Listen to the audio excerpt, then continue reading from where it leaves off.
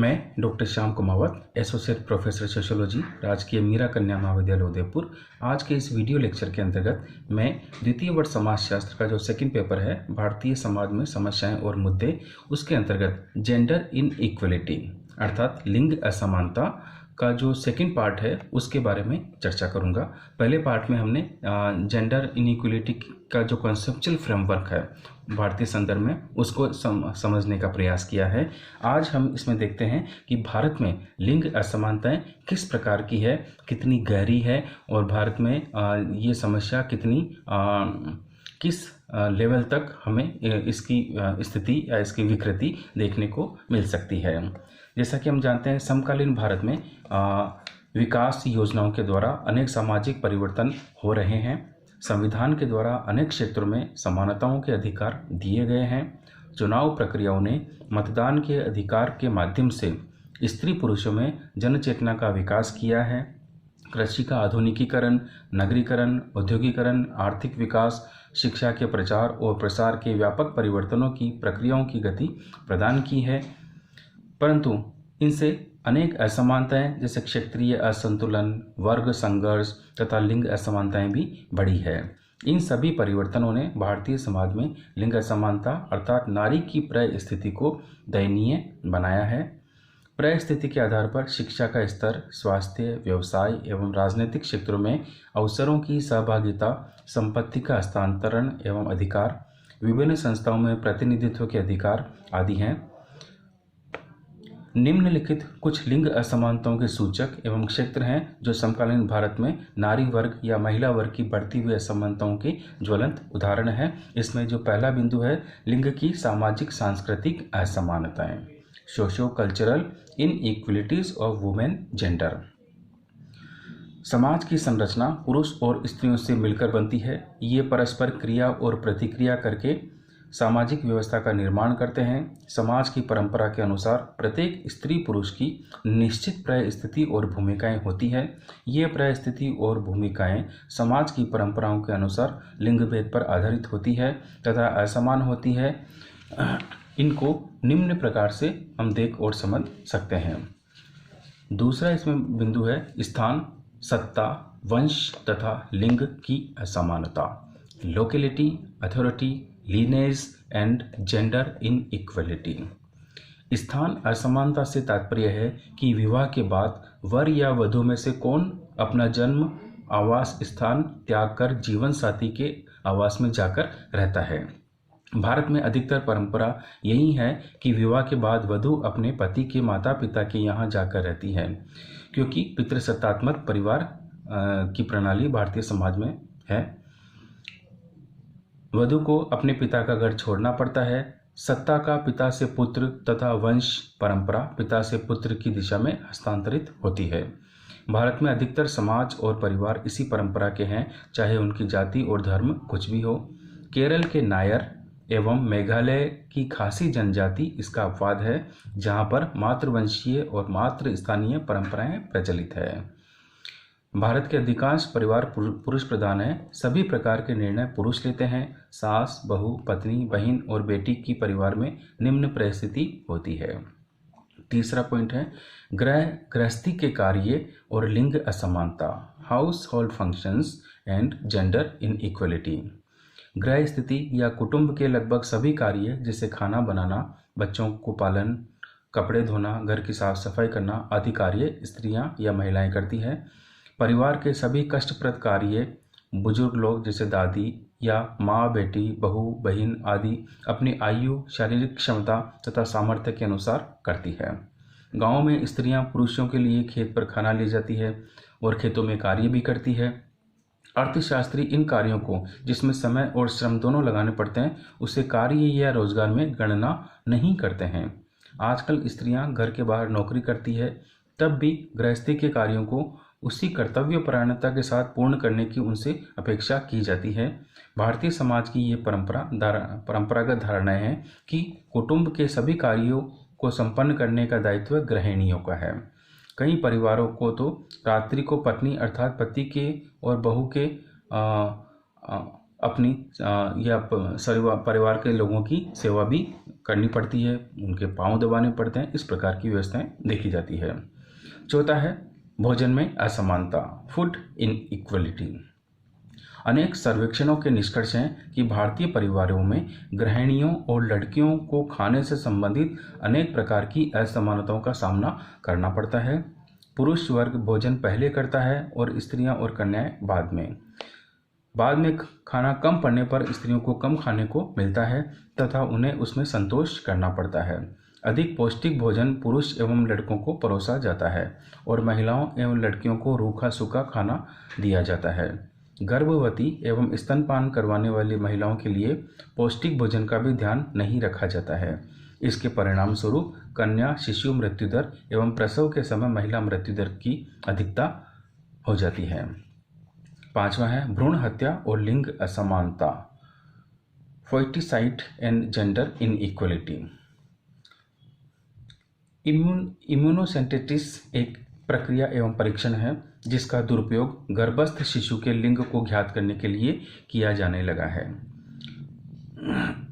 एक सर्वेक्षण के अनुसार करीब 50,000 मादा भ्रूणों का गर्भपात प्रति वर्ष किया जाता है। ऐसा गर्भपात करवाने वाली अधिकतर महिलाएं महाविद्यालय शिक्षा प्राप्त एवं मध्यम वर्ग की होती है। इससे पता चलता है कि एक अजन्मी कन्या एवं लड़के की तुलना में कोई महत्व नहीं रखती है। बालिका भ्रूण हत्या से स्पष्ट होता है कि लड़की का महत्व लड़के से कम होने का एक महत्वपूर्ण कारक दहेज और सामाजिक कुरीतियां हैं वो है। एक अध्ययन के अनुसार तमिलनाडु के मदुरई जिले की कल्ले जाति समुदाय के निर्धन लोगों में दहेज के बोझ से बचने के लिए बालिका शिशु की हत्या कर देते हैं। गरीब परिवारों के लिए पुत्री एक दीर्घकालीन समस्या है, इसलिए गरीब लोगों के लिए कन्या अनचाही संतान मानी जाती है। लेकिन मध्यम एवं धनी परिवारों में भी पुत्र जन्म पर खुशी एवं कन्या जन्म पर मातम का सा वातावरण बन जाता है, जो लिंग असमानता का प्रमाण है। अगर किसी स्त्री के लगातार कन्याएं ही पैदा होती है तो उसका जीवन नरकमय हो जाता है। पुत्र की इच्छा के कारण उसे अन्य कन्याओं को जन्म देना पड़ता है एवं समाज की प्रताड़ना सहनी पड़ती है। समाज में मोक्ष के लिए पुत्र की प्राप्ति आज भी विवाह का प्राथमिक उद्देश्य है। छठा पॉइंट है पारस्परिक अपेक्षाएं एवं लिंग असमानता। पारंपरिक अपेक्षाएं एवं लिंग असमानता, traditional expectations and gender inequality. लिंग भेद के आधार पर देखा जाए तो स्त्री और पुरुषों से संबंधित अनेक असमान परंपरागत अपेक्षाएं एवं सीमाएं हैं। कन्या लड़की और स्त्री से ये अपेक्षा की जाती है कि वे देर रात तक घर के बाहर नहीं रहें, अकेली एकांत तथा सुनसान स्थान में नहीं जाएं, आयु में छोटी हो अथवा बड़ी, किंतु नारी वर्ग से ये अपेक्षा की जाती है कि वे पुरुष वर्ग की सुख सुविधाओं का ध्यान रखें। अर्थात औरत कुछ दिनों के लिए घर परिवार से चली जाए तो वापस आने पर उस पर कई दोष लगा दिए जाते हैं, उसे शंकालु दृष्टि से देखा जाता है। अगर किसी निम्न जाति की औरत का बलात्कार हो जाता है तो यही कहा जाता है कि वह देर रात में सुनसान जगह से क्यों गुजर रही थी। और हम देखते हैं कि आज भी वर्तमान में इस प्रकार की घटनाएं पूरे देश में, राजस्थान में, उत्तर प्रदेश में, हरियाणा में हो रही है। महिलाओं के ऊपर, लड़कियों के ऊपर बलात्कार की घटनाएं हो रही है और उसको एक राजनीतिक रंग देने का प्रयास किया जा रहा है और जो विक्टिम्स होता है उसी को ही दोषी ठहराने का प्रयास किया जाता है। पुरुष स्त्रियों के साथ शारीरिक छेड़छाड़ इसलिए करते हैं कि स्त्रियों से अपेक्षा की जाती है कि वे बदला नहीं लेगी। तलाकशुदा स्त्री पुरुषों में सामान्यतः स्त्री को ही दोषी ठहराया जाता है। ऐसी अनेक पारंपरिक एवं परिस्थितिगत अपेक्षाएं हैं जो स्त्री वर्ग की दयनीय परिस्थिति को स्पष्ट करती है, जो लिंग असमानता के प्रमाण भी है। सातवां पॉइंट है दहेज एवं लिंग असमानता, dowry and gender inequality. Bharat की अधिकांश जातियों और वर्गों में विवाह के समय वर पक्ष वाले कन्या पक्ष से दहेज की मांग करते हैं। वर जितना अधिक सुंदर, कदकाठी में हष्टपुष्ट, उच्च शिक्षा प्राप्त एवं उच्च जाति और वर्ग का होगा, उसका दहेज मूल्य भी उतना ही अधिक होगा। इसके विपरीत लड़की के माता पिता एवं सगे संबंधियों का प्रमुख उद्देश्य अपनी जाति में उसका विवाह करना होता है, चाहे लड़का लड़की से निम्न परिस्थिति का ही क्यों न हो। दहेज के दम पर अच्छा वर उपलब्ध नहीं होने पर लड़की का बेमेल विवाह कर दिया जाता है। लालची वर पक्ष वाले अच्छा खासा दहेज लेने के बाद भी वधू हत्या में कोई संकोच नहीं करते हैं। दहेज की पूर्ति नहीं होने पर वधू के दरवाजे से बारातें वापस लौट जाती है और इससे वधू का विवाह नहीं हो पाता।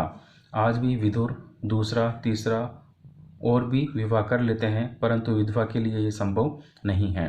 दहेज निरोधक कानून तथा विधवा पुनर्विवाह के कानूनी प्रावधानों के उपरांत भी नारी की स्थिति दयनीय बनी हुई है तथा लिंग असमानता के घटने के स्थान पर वृद्धि ही होती जा रही है। 8वां पॉइंट है छोटी आयु में विवाह एवं लिंग असमानता। छोटी आयु में विवाह का हानिकारक प्रभाव लड़के की तुलना में लड़की पर अधिक पड़ता है। छोटी या कम परिपक्व आयु में गर्भाधारण के कारण प्रसव समय में स्त्रियों की मृत्यु हो जाती है।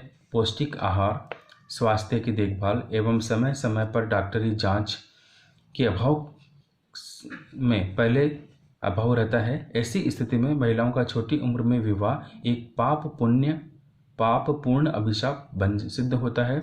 सामान्यतया पति की आयु पत्नी से 1-2 वर्ष से लेकर 15 वर्ष तक अधिक देखी गई है। ऐसे में स्त्री को विधवा का जीवन तो जीना ही पड़ता है। अगला पॉइंट है समाजीकरण और लिंग असमानता। सभी समाजों में समाजीकरण की प्रक्रिया के द्वारा उन भूमिकाओं एवं कर्तव्यों को पाला पोसा जाता है जिसकी वयस्क होने पर संबंधित समाज उससे आशा और अपेक्षा करता है।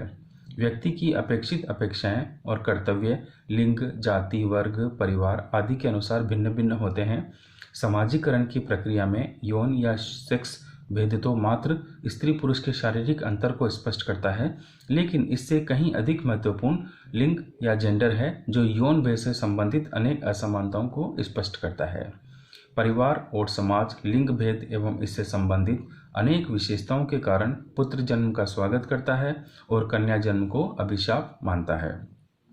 कई उदाहरण तो ऐसे हैं जिसमें कन्या जन्म से पहले ही उसकी भ्रूण हत्या कर दी जाती है, उसे संसार में आने ही नहीं दिया जाता।